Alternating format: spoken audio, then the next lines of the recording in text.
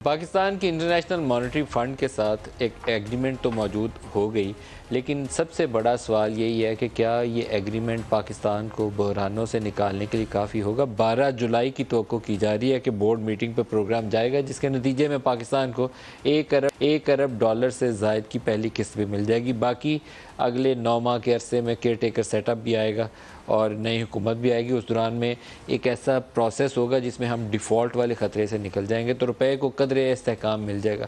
لیکن کچھ بنیادی جو اکانومی کے نمبرز ہیں جو ڈائریکشن طے کرتے ہیں، ان کے اوپر اگر آپ نظر نہ رکھیں تو پھر آپ کو یہ طے کرنا مشکل ہوتا ہے کہ آپ کی راہ درست ہے یا راہ غلط ہے آپ کی۔ پاکستان سے جو مجموعی برآمدات پچھلے سال 30 جون کو جو سال ختم ہوا، ان کا حجم تھا 31.7 بلین ڈالرز، 31.7 ارب ڈالر۔ 30 جون 2023 کو یہ جو اب مالی سال ختم ہوا ہے تو اس میں یہ گھٹ کر رہ گئی ہیں 27.7 بلین ڈالر۔ تو ہم نے 4 ارب ڈالر اپنا برآمدات کی شکل میں گوا دیا۔ یہ لوز جو ہے یہ ہونا تھا لازمی، کیونکہ ملک کے اندر بے یقینی اتنی تھی کہ ہم نے ساری امپورٹس دبا دی تھیں۔ پچھلے سال بیوقوفی یہ کی تھی، اور اس میں شوکت ترین اور عمران خان کی حکومت کا بڑا دخل تھا۔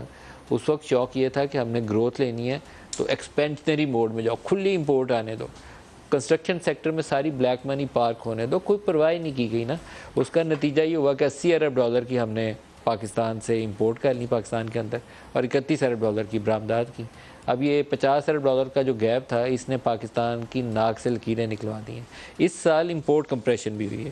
جو ٹریڈ ڈیفیسٹ 50 ارب ڈالر میں بتا رہا ہوں، وہ گھٹ کر رہ گیا جی اس وقت 27.547 بلین ڈالرز۔ ہم نے 55 ارب ڈالر کی امپورٹس کی ہیں، اور جتنی کمپریشن یہ کر سکتے تھے اتنی کر لی ہے، اس سے زیادہ ہم کمپریشن نہیں کر سکیں گے۔ اس کے ساتھ ہی جو پاکستان کے اندر ریمیٹنسز آتی ہیں، پاکستانی باہر سے جو ملک کے اندر پیسہ بھیجتے ہیں، وہ بھی کم و بیش 3 ارب ڈالر ہم نے گوا دیا، کیونکہ روپے کی قدر کبھی گھٹتی تھی کبھی بڑھتی تھی، بے یقینی کی وجہ سے اس میں بھی کمی آئی ہے۔ لیکن بہت سارے جو ماہرین ہیں ان کا خیال یہ ہے کہ جو 3 ارب ڈالر کی ریمیٹنسز کے اندر ڈکلائن ہے، اور ایکسپورٹس پروسیڈز کے اندر یہ جو 4 ارب ڈالر کی ڈکلائن ہے، یہ 7 ارب ڈالر نے کسی حد تک انلیگلی جو امپورٹس پاکستان میں آئی ہیں ان کو فائنانس کیا ہوگا۔ لیگل چینل سے تو یہ پیسہ 7 ارب ڈالر نکل گیا، لیکن آپ مارکیٹ میں جائیں تو صابن، تیل، بہت ساری ایسی امپورٹڈ آپ کو کاسمیٹکس اور دیگر اشیاء جن کی امپورٹ کے اوپر ہیوی ڈیوٹی ہے یا پابندی ہے، وہ ابھی بھی بک رہی ہیں، دستیاب ہیں۔ تو ان کو کوئی ڈالر دے کر خرید کے پاکستان میں لا رہا ہے، وہ یہ 7 ارب ڈالر نے وہ کام کیا ہے۔ سسٹم میں لیکیجز جب ڈیمانڈ ہو تو کہیں نہ کہیں سے ہو جاتی ہے، یہ وہ والی لیکیجز کی شکل نظر آتی ہے۔ آج جو مارکیٹ کھلی ہے، اسٹاک مارکیٹ، اس کے اندر غیر معمولی تیزی دیکھنے میں نظر آئی ہے، کیونکہ کئی مہینوں سے یہ جو بے یقینی تھی وہ فضا چھٹی ہے۔ تو اب امید ہوئی ہے کہ نہیں، اب پاکستان آگے چلے گا، تو ایک ہی دن میں اسٹاک مارکیٹ نے چھلانگ لگائی اور اوپر چلے گیا، روپیہ بھی مضبوط ہوا، روپیہ بہتر ہوا۔ سسٹینیبلٹی کویسچن مارک، اور سسٹینیبلٹی کے لیے سب سے پہلی یارڈ سٹک ہے کہ پاکستان سے برآمدات میں اضافہ ہونا شروع ہو جائے۔ ابھی نہیں ہوگا، اگر یہ کہیں کہ ہم نے آئی ایم ایف سے کر لیا اور کل صبح برآمدات میں اضافہ ہو جائے گا، نہیں ہوگا۔ الیکشن وقت پہ ہو جائے، ایک دن کی تاخیر نہ ہو، جو حکومت بنے اس کو سادہ اکثریت مل جائے، وہ حکومت پی ایم ایل این کی ہو، وہ حکومت پاکستان پیپلز پارٹی کی ہو، وہ حکومت پاکستان تحریک انصاف کی ہو، یا ان میں سے 2 جماعتیں کولیشن بنا کے بنائیں، لیکن ایک coalition government with a very clear direction کہ ہم نے پاکستان سے برآمدات میں اضافہ کرنا ہے، پاکستان سے جو قرضے لینے کی رفتار ہے اس کو سلو ڈاؤن کرنا ہے، جو 22% پہ ہم پالیسی ریٹ لے گئے ہیں اس کو 10-12% پہ لانا ہے۔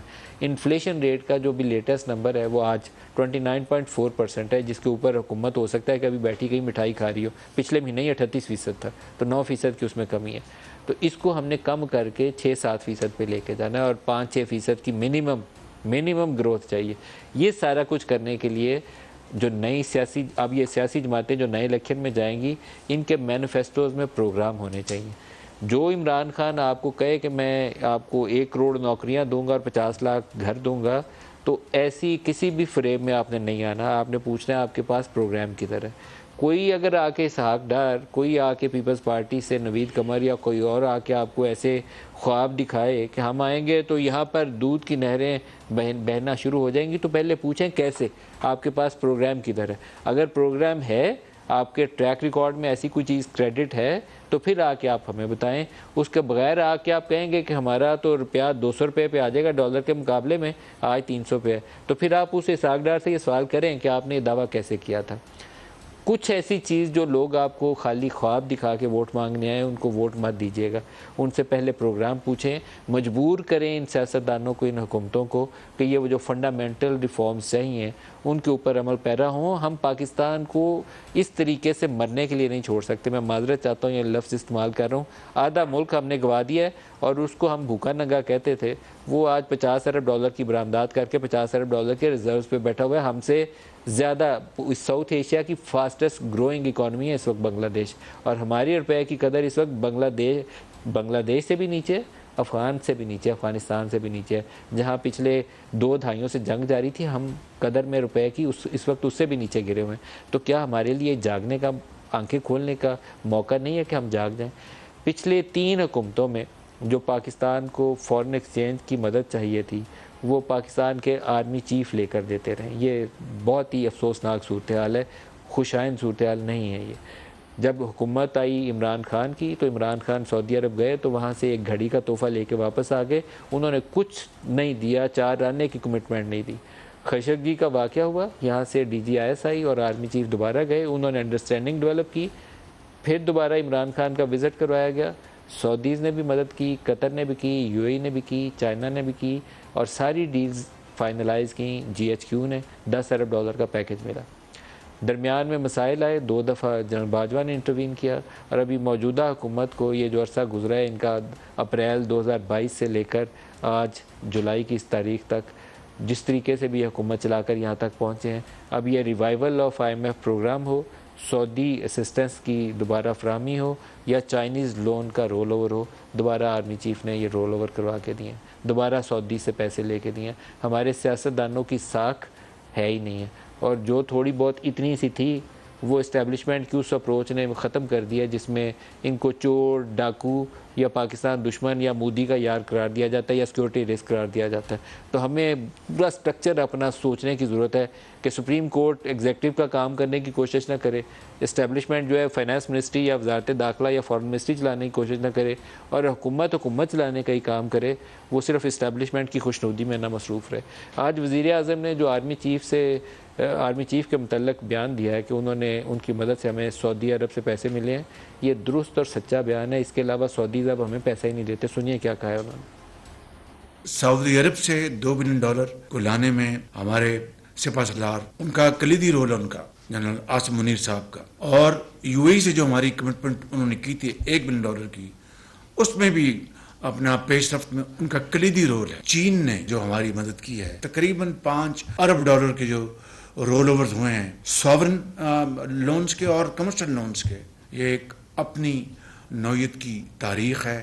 یہ اگر ہمیں نہ ملتے تو معاملہ کچھ اور ہوتا. تو یہ ہے اختصار کے ساتھ میں کہوں گا ٹیم ورک. کم از کم اگلے 15-20 سال اپنے اپنے دائرے میں رہتے ہوئے ہم مل کر کام کریں گے تو انشاءاللہ ترقی ہمارے قدم چومے گی اللہ تعالیٰ کے فضل و کرم سے.